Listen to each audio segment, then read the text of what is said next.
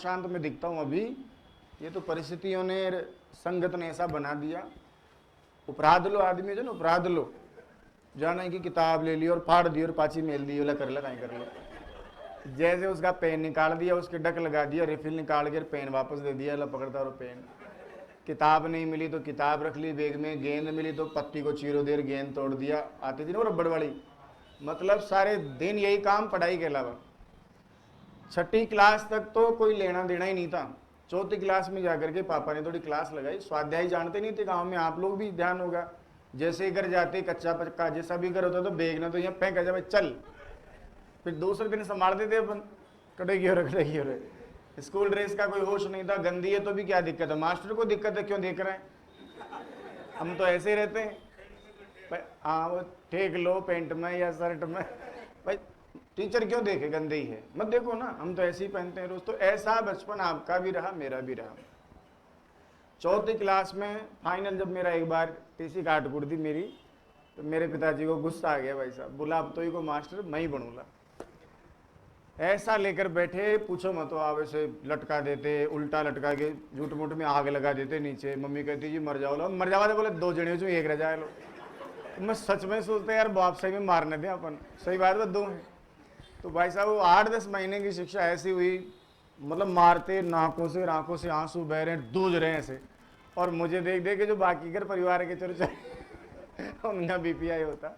10 महीने की वो पिता की मार, शिक्षा समझो या कुछ भी समझो आप, उसके बाद में सच में समझ में आया कि ये घर वाले हमको पढ़ाना चाहते और हम पढ़ना नहीं चाहते, ये अच्छी बात नहीं है। फिर छठी क्लास में जाकर थोड़ा पता चला कि अब बच्चा पढ़ने लगा। जिंदगी में कब क्या हो जाए, अभी बोला था ना कि कल की हम सब ऐसा प्लान कर रहे हैं, कल का अभी कल का ही पता नहीं, अगले जन्म का हम सब कर रहे हैं, तो हमें कुछ पता नहीं अपनी ज़िंदगी में क्या होने वाला है।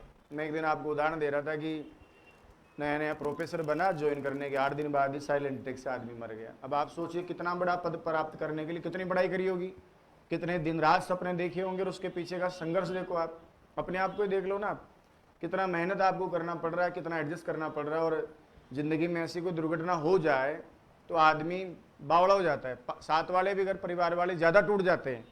कितना सब किया था अब जाके कुछ अच्छा होना था, अब ऐसा हो गया। मेरे जीवन का एक छोटा सा मैं आपको एक चीज़ बताता हूँ। मुझे याद है मैंने इतनी यातनाएं सही हैं, शारीरिक मानसिक यातना शुरू हुई है 2006 से 11वीं कक्षा में जब जयपुर आया।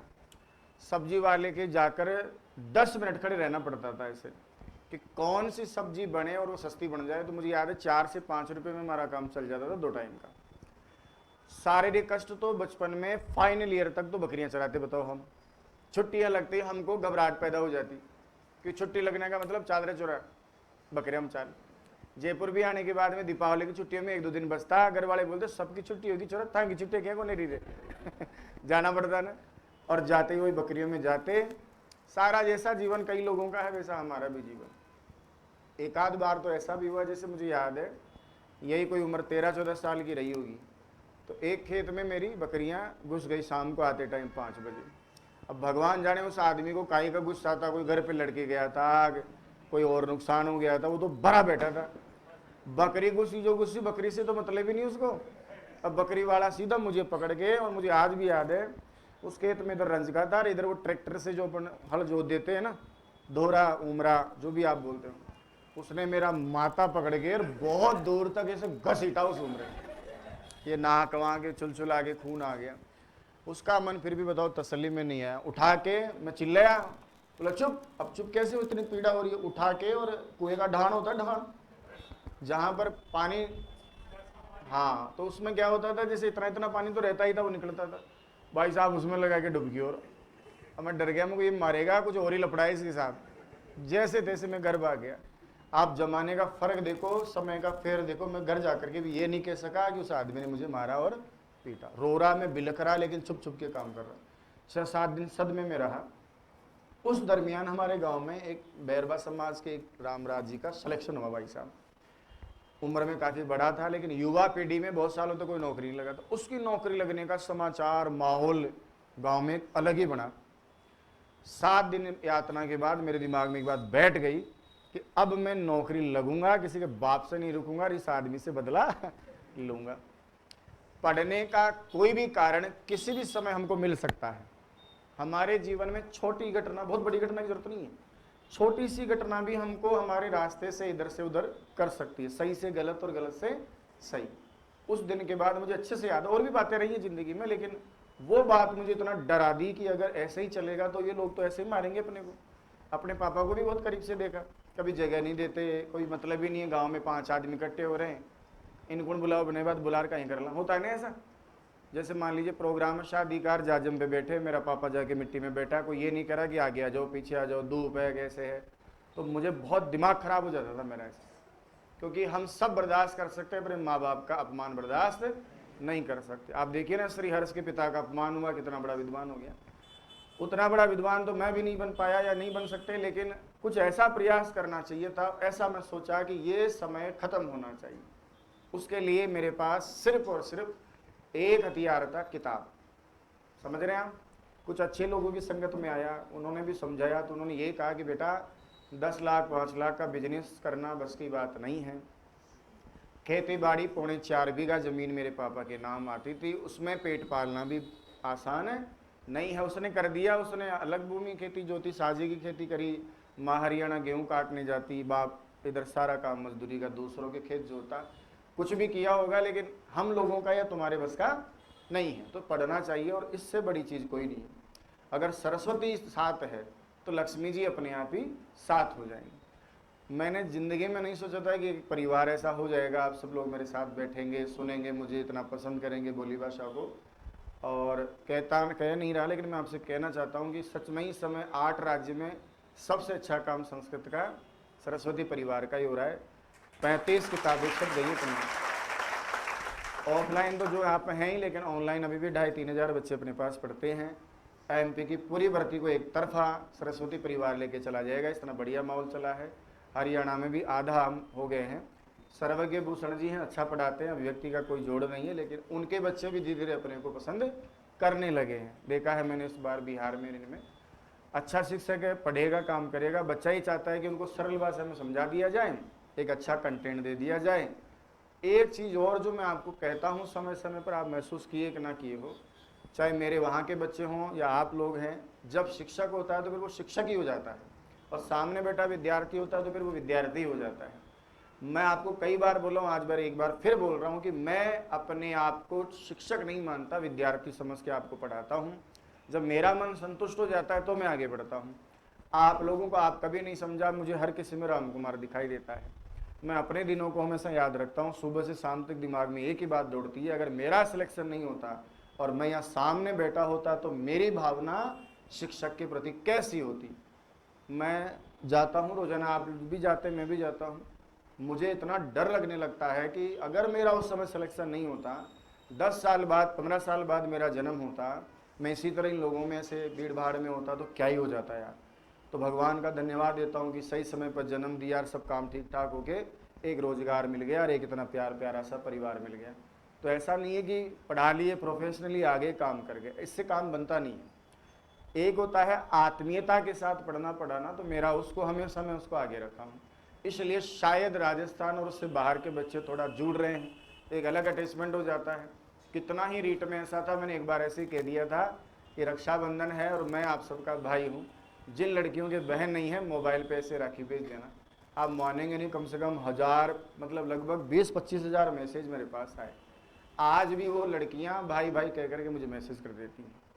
रीट गया, जमाना गया, लेकिन वो बातें उनके दिमाग में, वो जो मैं करता था ऑनलाइन बातें, वो आज भी बैठी हुई है। आप एक बात खुद सोचो, नौकरी लगने के बाद भी जीवन आपका एक जगह ठहर तो नहीं ठहरेगा ना। आप मान सम्मान चाहेंगे, समाज में जाएंगे, सबके बीच बैठेंगे, आप चाहेंगे आपको सुना जाए, यही करेंगे ना आप लोग। ऐसा तो है नहीं नौकरी लग गई चलो खा लो पी लो अपना, पति पत्नी माँ बाप, ऐसा हो ही नहीं सकता। हम एक कदम रखते हैं, तुरंत दूसरा कदम अपने आप ही उड़ जाता है। आप थोड़े चल के आते हो सीढ़ी, अपने आप ही पैर चलने लग जाते हैं। यही आपका जीवन है, अपने आप आगे आदमी चलता है। आप एक नौकरी ले लो, हो सकता है आप में से आधे लोग रुक जाएं, लेकिन आधे आगे बढ़ेंगे। जो रुक गए वो सामाजिक दुनिया में घुस जाएंगे, कोई राजनीतिक चीज़ों में थोड़ा रुचि लेगा, कोई सांस्कृतिक कार्यक्रम में रुचि लेगा। कई प्रकार की चीज़ें हैं, आदमी कभी रुक ही नहीं सकता, रुकना है भी नहीं। रुक गए तो मर गए, बचा क्या है। तो आपको लगेगा कि यार दुनिया बहुत बड़ी है, अभी आपकी दुनिया सीमित है, क्योंकि आपके सामने कितना लक्ष्य, सिर्फ एक, इसलिए रास्ता भी आपका एक ही है। जैसे ही आप सफल होकर के अपनी नज़रों में एक सरकारी नौकरी ले लोगे ना, उसके बाद आपको लगेगा दुनिया तो बहुत बड़ी है। आप अभी क्या कर रहे हो, अपने गांव में खड़े होकर दुनिया को देख रहे हो। उसके बाद में आप क्या करोगे, एक कोई बड़ी जैसी वो नहीं होती, जैसे कोई मंदिर का ऊपर या कुतुब मीनार के ऊपर खड़े होगे, फिर दुनिया दिखेगी और यार इतना बड़ा संसार है। फिर उस संसार में अपना फिर जगह वापस स्थापित करना चाहोगे। उसके कई तरीके हैं।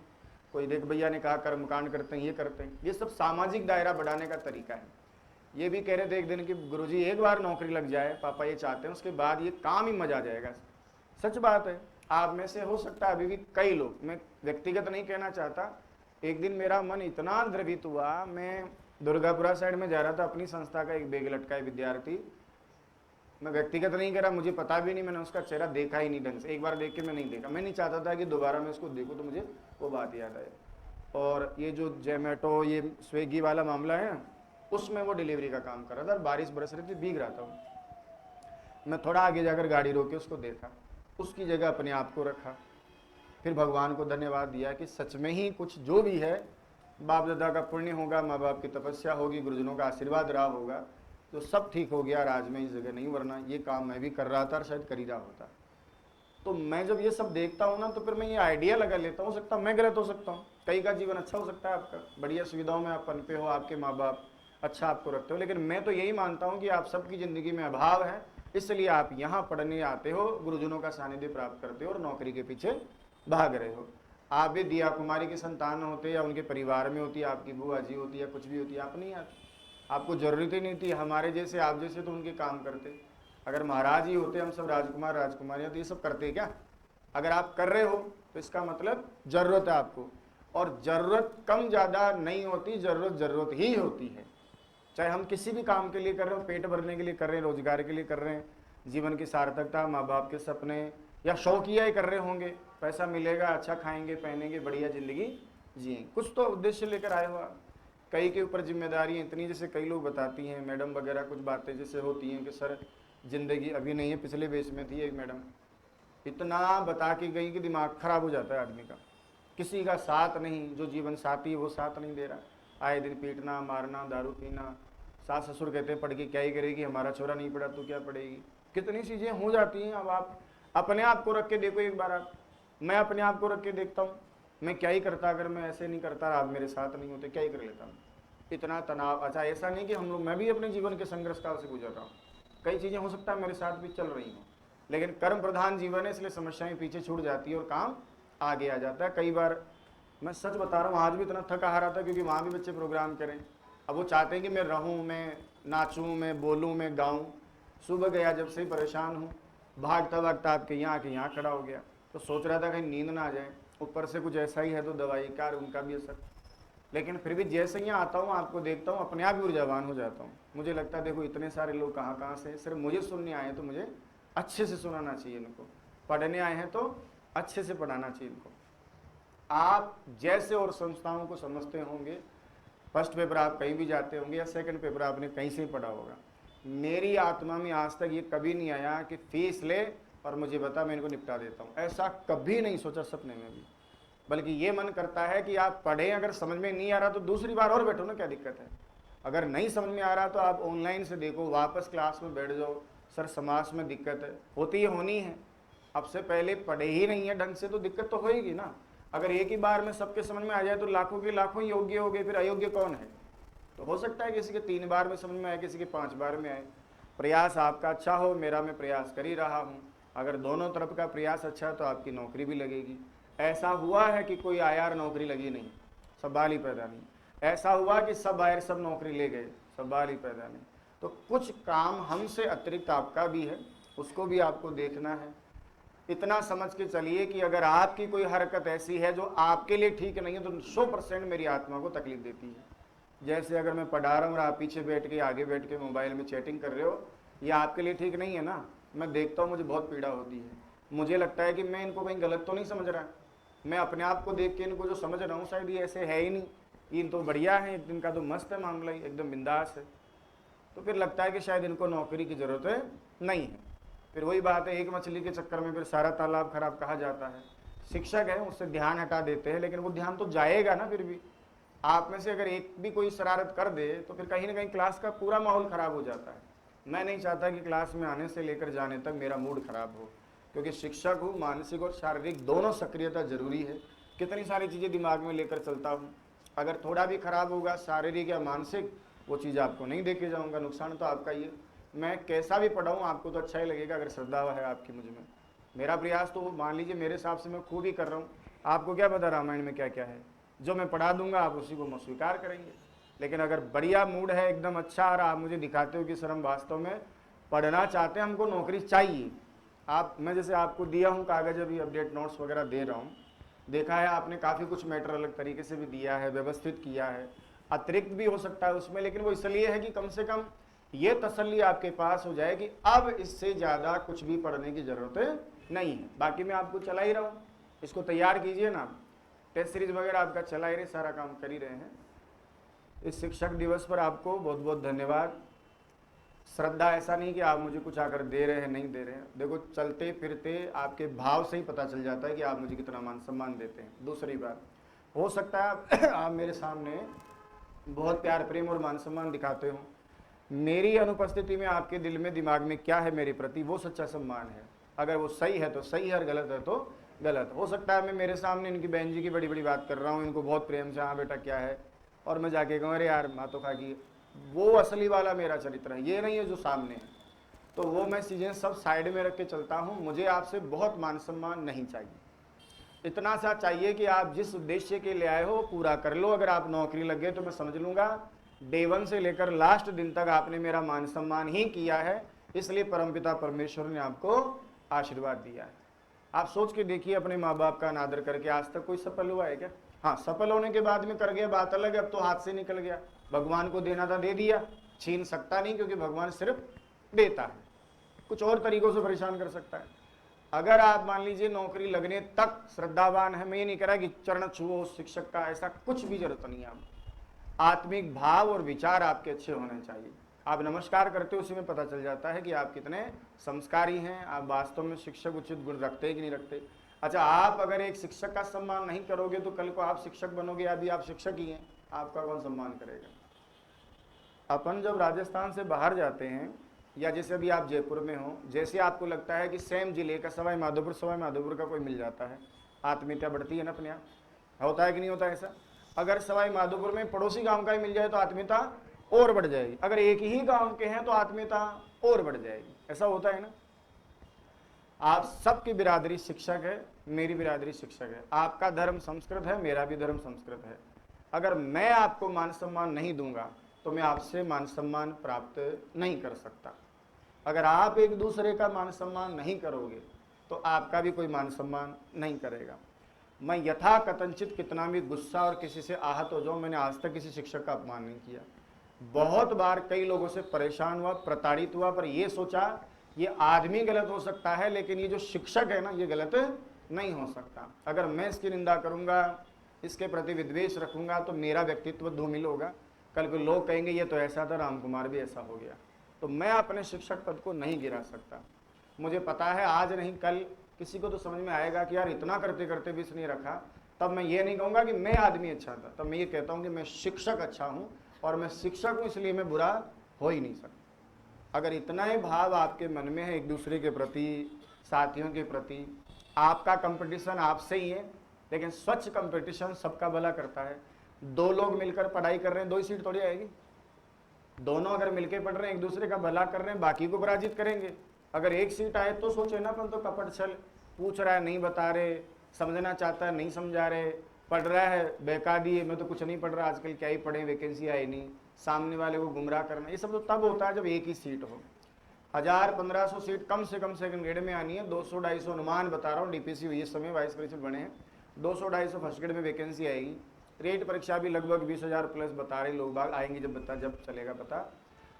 तो आप जो यहाँ बैठे हैं, अगर मैं परिवार मान रहा हूँ, आपको परिवार के सदस्य मान रहा हूँ, तो क्या आपका आपसी कुछ जिम्मेदारी नैतिक दायित्व तो नहीं बनता?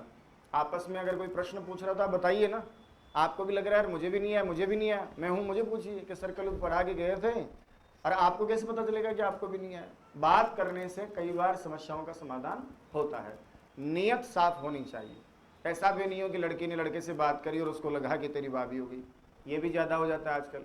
दूसरा, मैं आपसे एक बात और पूछना चाहता हूँ, जैसे आप फर्स्ट पेपर पढ़ने जाते होंगे, वहाँ के शिक्षक में, सब्जेक्ट टीचर में आपको फ़र्क नज़र नहीं आता? आता है ना। जगह का फ़र्क नज़र नहीं आता? कुछ अलग एनवायरनमेंट होता है कि नहीं होता, बताइए? होता है ना। हाँ, तो घर का असर इसलिए लगता है क्योंकि हम चाहते हैं कि प्यार प्रेम से पढ़े, हमारे मन अच्छे। सबसे बड़ी बात और सौभाग्य कि हम संस्कृत के विद्यार्थी हैं सब। मैं भी विद्यार्थी, मैं भी पढ़ता ही हूँ। आप 6 घंटे पढ़ते हो, मैं भी 6 घंटे पढ़ता हूँ, क्योंकि जब तक पढ़ूंगा नहीं तब तक पढ़ाने लायक कहाँ रहूँगा, नया कहाँ सीखूंगा, आपके सवालों के जवाब कहाँ मिलेंगे मुझे थोड़े पता है आज क्या पूछोगे। मैं तो ये सोचता हूँ कि आप तो मुझे कुछ भी पूछ लेते हो, तो मैं तो उसके लिए तैयार रहूँ ना। एक अच्छा शिक्षक, एक अच्छा पढ़ने वाला शिक्षक और तैयार रहने वाला शिक्षक ही तो आपको तैयार करेगा। अगर मैं वही घिसा पिटा रोजाना एक ही जैसे पढ़ाता जाऊँ, वही चीज़ें 2 साल पहले, वही 6 साल पहले, तो क्या शिक्षक बना फिर? इतना ही अपडेट मुझे भी होना है। एक पेपर हुआ, उसकी सारी बातें देखनी है, आसपास की बातें देखनी है, सीखनी है, विचार करना है, ये आगे अब क्या आएगा। तो अगर वो इन्वायरमेंट आपको दिख रहा है कि नहीं सर कुछ अलग इन्वायरमेंट है, औरों का भी होगा मुझे नहीं पता, पर फिर भी मैं कोशिश करता हूँ कि आपके मान सम्मान को ठेस नहीं पहुँचे। इसलिए नहीं कि मुझे आपसे डर लगता है, इसलिए कि मैं ये दिखाना चाहता हूँ कि मैं एक आपसे अग्रणी शिक्षक होकर, बहुत बड़ा नहीं, एक कदम आगे शिक्षक होकर भी मैं आपका मान सम्मान करता हूँ, तो आपको भी अपने साथ वालों का या अपने शिक्षक समाज के हर व्यक्ति का मान सम्मान करना चाहिए। अगर संस्कृत का कोई व्यक्ति मिलता है, आपके दिल में उसके लिए बहुत प्रेम और मान सम्मान होना चाहिए। आप करके देखो एक बार, अगर हम आपस में एक दूसरे का मान सम्मान करेंगे तो संस्कृत के प्रति, संस्कृत शिक्षक के प्रति मान सम्मान बढ़ेगा। आज से लगभग 6 साल पहले मुझे कोई पूछता था तो मैं धीरे से बोलता था संस्कृत का लेक्चर, कहीं का? संस्कृत का। और मैं देखता था मेरे साथ खड़ा है अंग्रेजी का कोई होता, उससे पूछते तो वो बोला टशन में बोलता एकदम, इंग्लिश लेक्चरर हूँ। तो मुझे समझ में आता था मुझे अच्छे से, इसलिए क्योंकि संस्कृत का कहते ही तुरंत वो एक वाक्य बोल जाता, गच्छति गच्छति गच्छन्ति, वो वाला। तो उसके नज़र में उपहास होता था, वो एक तरह से मेरा मजाक बनाता था। मुझे याद आज भी कि मैं एक अजमेर में जो प्राइमरी टीचर था, डॉक्टर साहब से मिलने गया, तो उसने कहा क्या करते हो बेटा? मैंने कहा शिक्षक हूँ। क्या पढ़ाते हो? संस्कृत। वो गच्छति गच्छति गच्छन्ति, यानी हर व्यक्ति के दिमाग में गच्छति गच्छति गच्छन्ति, गच्छति से शुरू, गच्छन्ति पे खत्म, इससे आगे कुछ आता भी नहीं है। जैसे मैं पूछ लूँ ना आगे बताओ, तो आगे कुछ नहीं है। तो मुझे लगा, ऐसा महसूस होता था कि यार सब लोग है ना संस्कृत को और संस्कृत पढ़ने वाले को, एक तो संस्कृत को ऐसे और पढ़ने वाले को तो कहते चंपू समझते हैं कि क्या पढ़ रहे हैं, कोई पढ़ाई है क्या। इसलिए फिर मुझे ऐसा लगता था कि मुझे कुछ छोटा मोटा काम करना पड़ेगा। मुझे आज भी याद है विष्णुकांत जी सर ने मुझे आज से लगभग 4 साल पहले, 5 साल पहले एक बात बोली थी, बेटा अच्छा काम कर रहे हो, रीट के टाइम की बात बता रहा हूँ, जो 16 के बाद रीट आई, सब 18 में आई है ना, तो उस समय की बात है, तो उनके तक समाचार गया होगा। तो उन्होंने कहा था कि संस्कृत की सच्ची सेवा ये नहीं कि तुम दुनियादारी छोड़कर संस्कृत भारती इन्हीं में काम करते जाओ और ऐसे वैसे करते जाओ ना, तुम जहां हो वहीं से कुछ करना प्रारंभ कर दो, वही संस्कृत की सेवा है। उनका देखो वाक्य कितना धरातलीय था कि अगर नमो नमः की आदत भी डाल दी सबको, नमः संस्कृताय की आदत भी डाल दी, तो वो भी संस्कृत की सेवा है। कम से कम वो नमो नमो तो करना सीख गया। तो उन्होंने कहा मुझे कि प्रार्थना बुलवाते हो? मैंने कहा बुलवाता तो हूँ, पर बच्चे रुचि नहीं लेते। बोला उनसे मतलब नहीं है, रुचि पैदा करनी पड़ेगी। मैंने शुक्लाम वाली प्रार्थना रीट के बेचों में स्टार्ट करी और राधे तेरे चरणों की अगर धूल जो मिल जाए गाना स्टार्ट किया। एक आइकन होता है ना शिक्षक का, जब मैं प्रार्थना करता मुझे अच्छे से याद है, लोग बाग आकर बोलते सारा का सारा जितना भी उस समय अच्छी चली थी वो संस्था, क्योंकि हम 5-6 लोग एक साथ में पढ़ाते थे, तो बढ़िया 18,000 के आसपास बच्चे थे वहाँ। उन सब बच्चों को पता था कि एक संस्कृत का टीचर है और क्या बच्चे, और सबका रिदम बच्चों का, क्योंकि 400, 500, 600 बच्चे एक साथ बैठते, क्या प्रार्थना का रिदम होता। कई बार ऐसा होता है कि बाहर चलता शिक्षक रुक जाता सामने सुनने के लिए। तब फिर मैं गुरुजी को बोला कि गुरुजी मैंने 18,000 बच्चों को एक श्लोक याद करवाया है, जिनको श्लोक याद है, भाई आप तो संस्कृत के लोग हैं, उनकी बात कर रहा हूँ जो रीट पढ़ने आते थे उस समय। तो गुरुजी इतना खुश हुए कि यही सच्ची बेटा वो है, जहाँ कर रहे हो चाहे तुम दक्षिणा लेते हो नहीं लेते हो, सब चीज़ें साइड में है, काम है अपना करते रहो और जितना हो सके बच्चों को संस्कृत सरल तरीके से पढ़ाते रहो। लास्ट बात, मुझे नहीं पता मेरी बात कितना सीखते हो, पर मुझे ऐसा लगता है थोड़ा समय का रहता है, एक बाउंडेशन रहती है आपके पास। ऐसा तो नहीं कि 12 महीने तक मैं आपको पढ़ाता रहूँ, लेकिन मेरा हमेशा ये मन होता है कि 0 लेवल पर जाकर धरातलीय बात करेगा, अपनेपन से मैं आपको उसको बात को सिखा दूँ, ताकि आपको उसको रटना नहीं पड़े, भागना नहीं पड़े। स्पेशली ग्रामर में क्योंकि साहित्य तो वैसे रुचिकर है, सरस, उसमें तो कोई दिक्कत ही नहीं है। तो ग्रामर को सरल कैसे किया जाए, तो मैं ये महसूस करता, शुरू में मैं भी ऐसे ही आता, समझा के चला जाता, लेकिन धीरे धीरे जैसे मैंने आपसे आत्मीयता जोड़ी, धीरे धीरे जो भी मेरे साथ बच्चे पढ़ने आते उनकी बातें सुनता, उनकी सी बात करता, धीरे धीरे मैंने ये सोचा कि इन चीज़ों को थोड़ा उलटफेर करके पढ़ाया जाए, जीवन से जोड़ा जाए, हंसी मजाक के साथ जोड़ा जाए। 3 घंटे की क्लास में पता नहीं चलता था, कई बार तो ऐसा हुआ रेट में 8-8 घंटे क्लास से नहीं, बताओ जो बच्चा संस्कृत का क नहीं जानता था 8 घंटा किसी को बर्दाश्त कर जाए बिना पेशाब पानी किए, बताओ आप। क्यों पता है? क्योंकि वो शिक्षक को देखता था कि आया जब से पढ़ा रहा, ये नहीं जा रहा, हम कैसे जा सकते हैं। ये लक्ष्मण रेखा होती है, मर्यादा बनती है।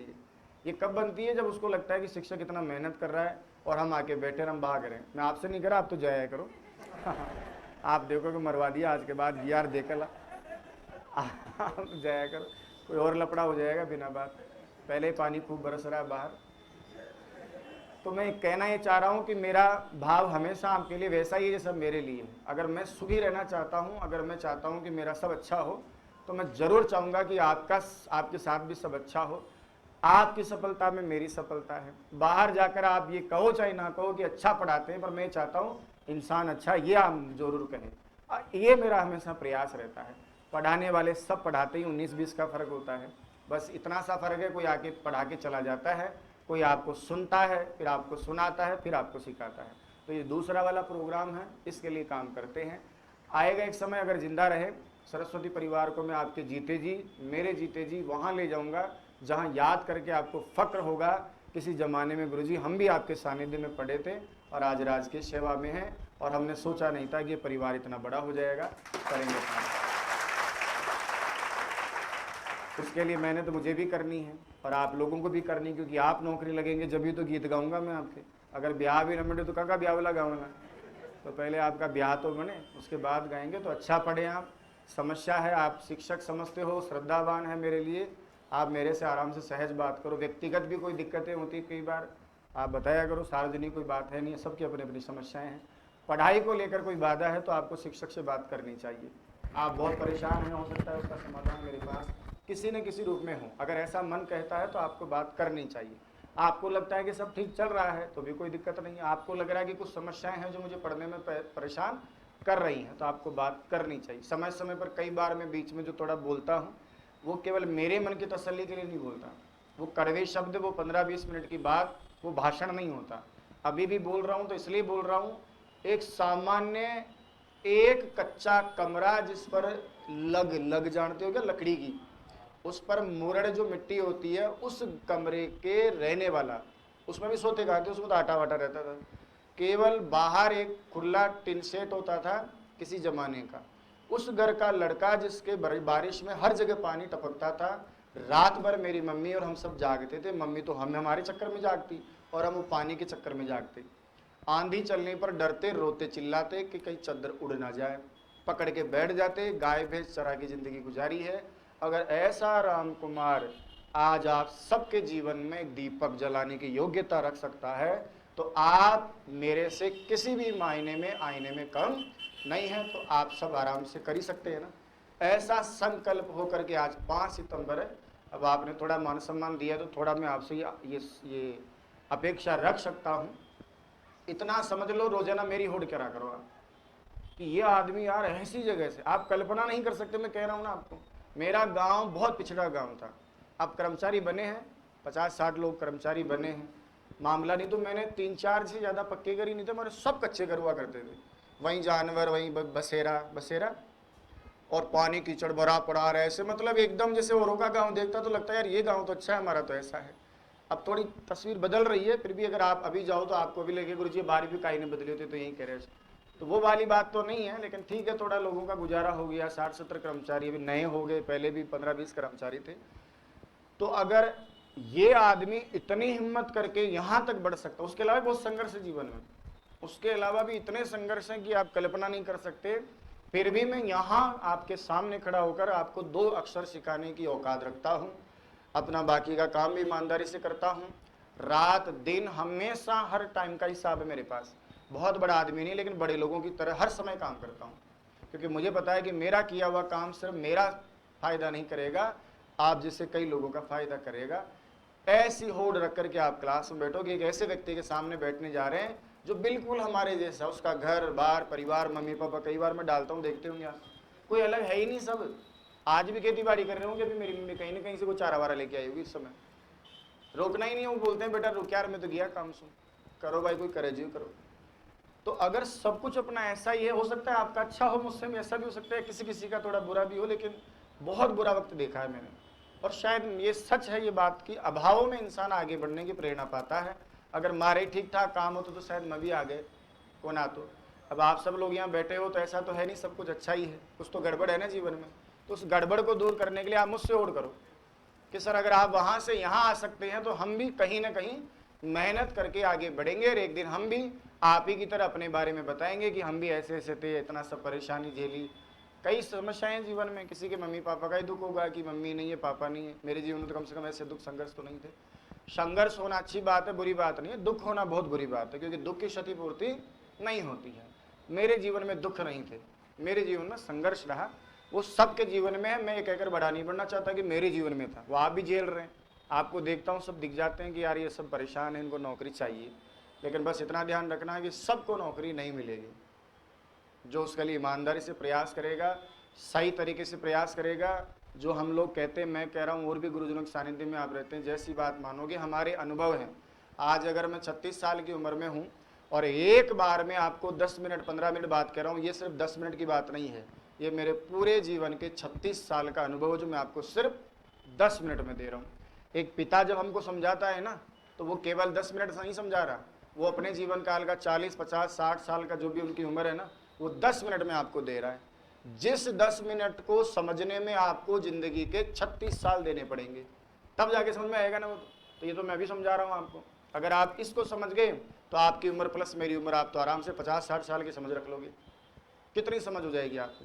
पर हम क्या करते हैं, 2 दिन समझते हैं, फिर उसके बाद वही चीज़ें हो जाती है, ठंडी हवा का झोंका आया, चाय पीने निकल गए। अरे सब करिए आप, 24 घंटे का टाइम में मैनेजमेंट बिठाओ, फिर टुकड़ों में अपने समय को सेट करो, सब काम हो जाता है। जीवन के रंग है, थोड़ा बहुत इधर उधर चल रहे तो क्या दिक्कत है, भयंकर पढ़ने के काम भी तो नहीं, जरूरत नहीं भयंकर पढ़ने की, लेकिन ऐसा भी नहीं हो कि लापरवाह हैं, पढ़ लिया मन किया तो ऐसे नहीं पार पड़ेगी, क्योंकि आपके बगल वाला ऐसी लापरवाही नहीं कर रहा जो आप कर रहे हैं। आप उसको देख रहे हैं, जान रहे हैं, समझ रहे हैं, ऐसा हो सकता है मामला नहीं हो, क्या पता वो आपके सामने तो जर्दा लगा रहा और घर जाकर के थूक मुंह में से बैठ के पढ़ाई कर रहा हो। आप जिसको बावड़ा समझ रहे हो कि ये तो बोलता ही नहीं है, कहीं पढ़ जाओ लो, क्या पता वो अपने दिमाग में अंदर ही अंदर क्या सोच रहा है, क्या पढ़ता है, क्या समझ रहा है। अरे कई बच्चे होते नहीं बोलते क्लास में, तो मैं ये थोड़ी समझ लूँ कि वो तो कहीं बोले ही को नहीं, तो कहीं कहीं नहीं सीख रहे थे। और कई लोग बहुत अच्छा बोलते हैं, लेकिन हो सकता है कि नहीं वो मामला, सबका स्वभाव है। बोल रहे थे ना, अब ये बोलते ही हैं, बहुत बड़े बहिर्मुखी हैं बोलने में, पर ये कह रहे हैं कि गुरुजी संस्कृत को जाना ही मैं तो मैं बने ही बात घमंड में जीतो भाई, आप तो बड़ा आदमी जहाँ बहुत ज़्यादा संस्कृत जाना जाता। तो समय के हिसाब से हर जगह की मर्यादा है, यहाँ जितना ज्ञान जरूरी उतना तो सीखना पड़ेगा। 20% आपको ज़्यादा सिखाते हैं, और इस बार तो आपका इतना बढ़िया करवा के भेजूंगा, आपको खुद को ही लगेगा सर इतना सब कुछ की आवश्यकता ही नहीं है, इतना सब कर लिया, अब हमें कुछ चाहिए ही नहीं। बशर्ते आपका प्रयास ईमानदारी से होना चाहिए। मेरी मेहनत का रंग भी तभी चढ़ेगा जब आप लोग अच्छे से करेंगे।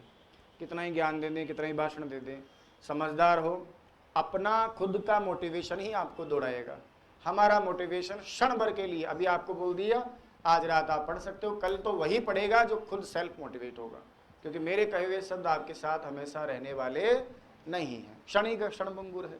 आज बात चली, आप लोगों ने ऐसा माहौल बनाया तो मैं 2 शब्द आपको कह दिया, कल माहौल ऐसा ना बनेगा, ना कल ये बातें आपके कानों में वापस आएंगी, फिर आप अलग दुनिया सोच के कल ठर्र ठर्र सोओगे रात को।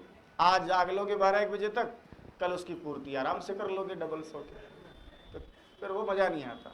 सेल्फ मोटिवेट हो आप, थोड़ा थोड़ा शब्दों का फर्क पड़ता है, हमको दिशा देनी पड़ती है, क्योंकि इंसान है ना, थोड़ा थोड़ा भटकाव आ जाता है, आलस्य आ जाता है। अगर आप इनको जीत लो, मैं कहता हूँ ना, लिखा करो, क्या बनना चाहते हो उसको लिखो, सारी चीज़ें हो जाएगी। आप सबने बड़ा प्यार प्रेम दिया, उसके लिए बहुत बहुत धन्यवाद। और अगला शिक्षक दिवस साल भर बाद आएगा, जहाँ तक है साल भर बाद में एक वैकेंसी आपकी हो जाएगी। अब आप क्या चाहते हैं कि मैं आपका नाम लेकर यहाँ कुछ आपकी कहानियाँ सुनाऊँ, या फिर जैसे आप आए ऐसे चले जाओ, किसी दिन मिलो तो मैं आपको पहचानूँ नहीं, ऐसा चाहते हो? ये आपके ऊपर निर्भर करता है। जिस दिन आपकी नौकरी लगेगी, यकीन मानिएगा आपसे भी ज़्यादा खुशी 1% ही मुझे भी होती है, क्योंकि मेरे जीवन की सार्थकता में एक पॉइंट, एक बिंदु आपका भी जुड़ जाता है। ऐसा लगता है जैसे एक साल बढ़ गया, एक नौकरी लग गया, तो दूसरा व्यक्ति नौकरी लगता है, दूसरा साल बढ़ जाता है। चले जाएंगे, नासवान शरीर है, लेकिन बहुत सारी बातें जीवन में रह जाती हैं। कुछ लोग आपके भी जीवन में गुरु, शिक्षक या कुछ भी बनकर आए होंगे, हो सकता है उनकी क्षति हो गई हो, लेकिन उनकी बातें आज के दिमाग में रहती है। मेरे गणित के अध्यापक थे, इतने प्यारे इंसान, बढ़िया से दबा के मारते, लेकिन दिल के इतने अच्छे, इतना भला चाहते हमारा। दुर्भाग्य से 7 साल पहले उनका इंतकाल हो गया। उनकी जगह मैंने एक दूसरा टीचर भी रखा। आज भी मैं कभी सामने खड़ा होकर गुरुजनों को याद करता हूँ तो उनका भी सामने चेहरा आ जाता है, और सोचता हूँ कि पूरे शरीर निर्माण में और व्यक्तित्व निर्माण में उनका भी 10-20% तो योगदान था ही ना। आज सर मेरे सामने, शरीर नहीं है, लेकिन विचारों से, उनकी बातों से। कई बार पढ़ाते समय आपके साथ जो बात करते हैं वो मेरी नहीं होती, वो उन्हीं की बातें होती हैं। तो चीज़ें हैं, सब अच्छी बातें साथ रह जाती है, बुरी बातें साथ ले डूब जाती हैं। आप पर निर्भर करता है, यहाँ से शिक्षक बनकर जाओगे या शिक्षार्थी बनकर के वापस शिक्षार्थी बन के आ जाओगे। शुभकामनाओं के साथ कि अगली बार 5 सितंबर को, आज जैसा मेरे बच्चों ने वहाँ स्कूल में मुझे प्रेम दिया और आप लोगों ने बहुत प्यार प्रेम दिया, ऐसा प्यार प्रेम पाने के लिए आप भरसक प्रयास करोगे कि अगला 5 सितंबर शिक्षक दिवस में हमारे बच्चे हमारा मान सम्मान करें, और फिर मुझे फ़ोन करके बताओ कि गुरुजी आज तो मज़ा आ गया। बहुत बहुत शुभकामनाएं।